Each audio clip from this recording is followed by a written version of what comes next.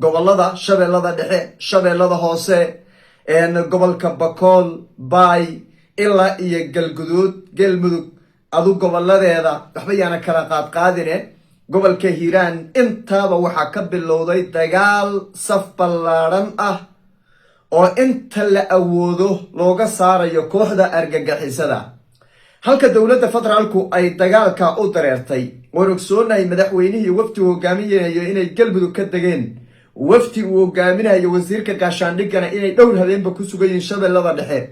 wafdi kale uu hogaaminayo Muungaabna inay ku sugayiin shabeellada hoose iyo shabeellada dhexaba inta u dhaxaysa ragna hoteelo waaweyn bay ku shirsan yihiin oo Muqdisho ayay ka cilaaminayaan dawladda dalka laga badbaadiyo balayaan darradii iyo musiibada ummadda Soomaaliyeed ku dhacday waxa inta sii dheer ninna gaadiid dagaal buu u soo gadanayaa sidoo ciidanka dawladda ee safka ballaaran ama deegaanada badani dagaalka ugu dhaqaaqay ugula dagaalami lahaa ciidanka dawladda u soo gadanaya maanta Kismaayo waad aragteen gaadiidka laga soo dajiyay wax kale looma soo dajin gaadiidka waxa loo soo dajiyay ciidanka dawladda in lagula dagaalamo kuwa ugu horeeya la dagaalami doonana waad arki doontaane waa ciidamada danam ee wiilka reer Jubbaland u dhashay uu hogaaminayay ee Kismaayo dusheeda jooga kuwaas bay xabada ku bilaaban doontaa waad arki doontaanba bal waan dul istaagi doonaa ummadda Soomaaliyeed oo maanta noqotay Maanbarey iyo Maanbilaal ismo maanta noqotay bal horta waan dul istaagi doonaa micnaha kala jeedjeedka maanta inugu jira halka dawladdii dagaalo u socdo argagixiso dhulkii la xoreeyo la rabo kuwa waxa weeye iyagu la dawladdu waxa ma xoreynayse halala dagaalamo kuwa gaadiid dagaal soo dajisanayo iyagu doonaya in la dagaalamaan muuqaalkan taasaan horta ku falanqeynaynaa waana bogaadinaynaa guulaha ciidamada dawladdu waa waajib inaga saaran muwaadin walbo Soomaaliyeed inuu bogaadiyo la dhiirigeliyo la garab istaagana waa muhiim marka soo dhawaada idinkuna muuqaalka like saara aragtidiina inay gula wadaaga qaybta commentiga idinkaynay furan tahay de kolley ki qolana way caytami qolana aragtidooda muhiim oo waxa weeye sida ay wax u arkaan bay soo gudbin doonaan dadku waligiiba isku raayi isku aragti ma ahayne bal aragtidiina waxba ha ka ilmaamina waxba ha ka dhaafina waxba ha ugu turina halka ku soo gudbiya waana daawada barihan aad baan u fiiriyay waana fiirin doona waana soo qaadan doona hadii aragtidaas ay noqoto mid ee ummadda Soomaaliyeed waxtar u leh aan ku bilaabay dawladda federaalku dagaal bay ciidankii u jahaysay illa la dagaalamo kooxaha argagixisada loo dhaqaaqay mas'uuliyiintii furimaha dagaalka la wada aaday markaan saayna leeyahay 3 sano ka hor dawladda federaalku waxaan ku taageersanayn dagaalkaas ay qaaday guul weyn baana la gaaray ummadda Soomaaliyeed waa ogsoonaydeen guusha iyo sharafka u soo hoyatay laakiin xoogaa habacsanaan baa timid dawladdu way ka mashquushay xaaladaha dhacay dhul badan baa dib loo qabsaday waxa soo dhawaan ognahay waa habacsanaan timid laakiin shalay raadkii waxa weeye habeen raadkii laga dhumay maalin loo noqoy baa la yiri dawladdu way ogsoon tahay waxa ka khaldamay hadday bilowday oo ay tiri war dagaal baan dib u bilownay oo ciidamadii heegan la galiyay oo wasiiradii ay tageen furimaha dagaalka oo mas'uuliyiintii oo dhan dhaqaaqeen inagu maxayna la gudboon shalay baa fashlanteen ha dhaqaaqina Muqdisho la ugu imaadeen ma dhahnaa ma dhihi karno waa inaan bogaadino waa inaan garab istaagno waa inaan dhiirigelino waa inaan qof walba qayb kaga aadan ninka qoriga wata qori baa kaga aadan ninka afka wiyo ku hadlaya af baa kaga aadan midka aan hadli karin codkiisa meel gaarayna duca kaga aadan marka qof walba meel baa kaga aadan meeshu kaga aadan inuu qabta muhiima ummadda Soomaaliyeed kooxda argagixisada ee cadawga kuwa ee dhibaataysay in laga dulqaaday war hal tuula hal xoreeyo hadii la rabo 5 sano hal dagaalamo oo 5 degmo hal xoreeyo hadii la rabo meeshii la xoreeyaba waa cadow laga qaaday oo bulshada Soomaaliyeed ay xornimo u baxday way marka waa inaan bogaadino oo inaan garab istaagno oo inaan taageerno oo inuu waxa weeye nin walba iyo meesha kaga aadan uu qabto way marka dagaalka dawladdu ay u dareertay aad iyo aad baan u soo dhaweynaynaa waa arrin muhiim ah ilaahayna waxaan ka baryaynaa inuu ku guuleeyo oo ku garab istaago meelaha ugu badan ee hadda la doonayo in ololo lagu qaado waa gobolada Galmudug iyo Hirshabeelle labadaas hadda ugu xoog badan markii xoogga la yiraahdo way waxaa soo raaco deegaano kaleeto oo koonfur galbeed iyo jubbaland iyo waxa weeye ka kala tirsan baa iyadana soo raaca. marka dowladdu waxay doonaysaa inay Hirshabeelle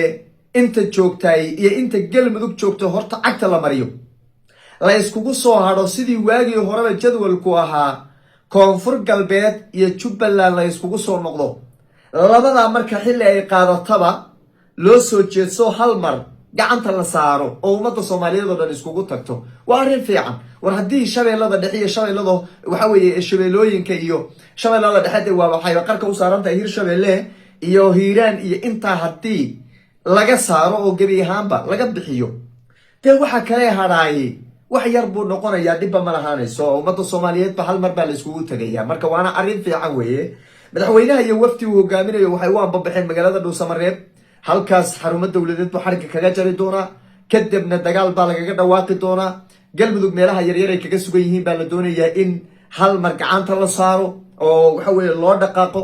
waa qorshe fiican. xaggana waxaaba joogaba wasiirkii gaashaandhigga Axmed Macalin Fiqi iyo sidoo kaleeto ninkii la dhahayay Iken Mungab, gudoomiyihii gobolka Banaadir General Mungab, oo isagana maalmahaba ku sugan furimaha dagaalka. mas-uuliyiin badan baa ku sugan, saraakiil badan baa timid oo iyagana waxa weeye halkaasi gaaray. marka guul weyn baa soo socota. ciidanka xoogga Soomaaliyeed haddii la dhiirigeliyo oo la garab taagnaado oo waxa weeye shacabku ay garab istaagaan, daqiiqadaha lagaga baxayaa kooxda dacasleyda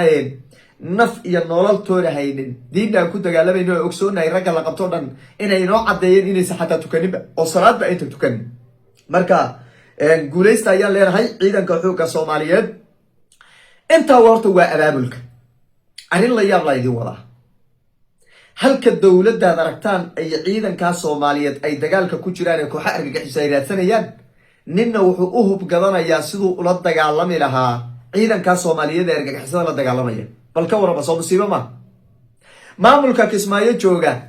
maanta gaadiid dagaal bay la soo degeen, wax kalena ulamay soo degin. wax kale umay soo deginba. waa maamulka Kismaayo, magaalada Kismaayo bas ay xukumaan maamulka Kismaayo. wax kale gaadiidka maanta ulamay soo degin. gaadiidka waxay ula soo degeen inay kula dagaalamaan ciidanka qaranka Soomaaliyeed, inay kula dagaalamaan bay u soo gateen. war ma ayaan darre ka weyn baa jirta. waa wiil Soomaaliyeed oo naftiisa iyo waqtigiisa iyo maalkiisa iyo wuxuu waxa weeye energy hayo dhan geliyay siduu argagixiso iyo khawaarij ula dagaalami lahaa, dhulkiisa uga saari lahaa. ayay iyagana hub u soo gadanayaan sida isaga ula dagaalami lahaayeen. war maxay isdhaamaan iyaga iyo khawaarij marka? waxba isma dhaamaan. waxba yaan hadalka loo macaanaynin, waxba yaan hadalka laga leexinin, waxba yaan laga xishoonin, waxba dadkii aysan cabsi gelinin, runta inay sheegaan weye oo ay dhahaan waxba isma dhaamaan. iyaga iyo nimanka khawaarita waa isku mid, waa isku fikir, waa isku aragti. waxay ka midaysan yihiin inuusan ciidan xoog Soomaaliyeed meel qabsanin, inuusan ciidan xoog Soomaaliyeed meel tegin, inaysan dowladda federaalku ballaaranin, inaysan meel gaadhin ayay ka midaysan yihiin. armaabeen baan isu sheegnaa mise run baan isu sheegnaa? run baan isu sheegaynaa. runtaa macaan.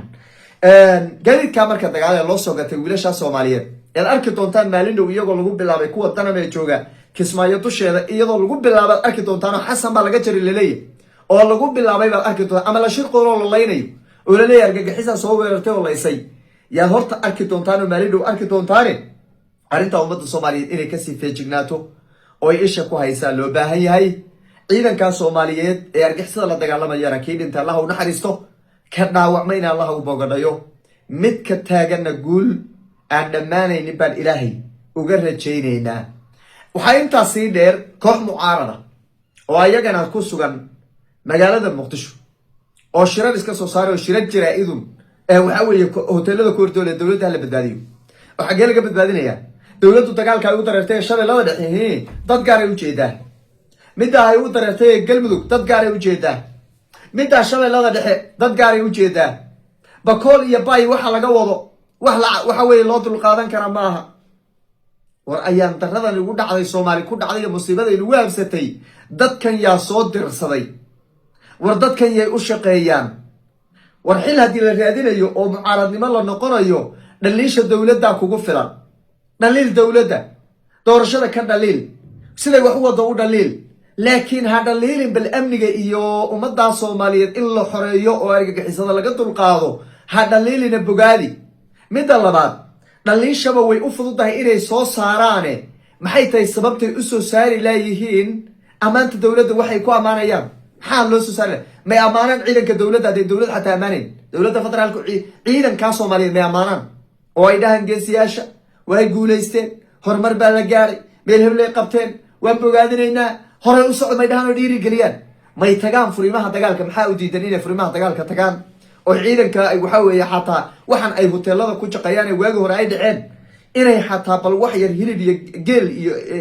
la qasho iyo ari oo u geeyaan maxay u diidan yihiin maxay tahay sababto waa musiibo waxaan leenahay madasha mucaaradka ay walaalaha yada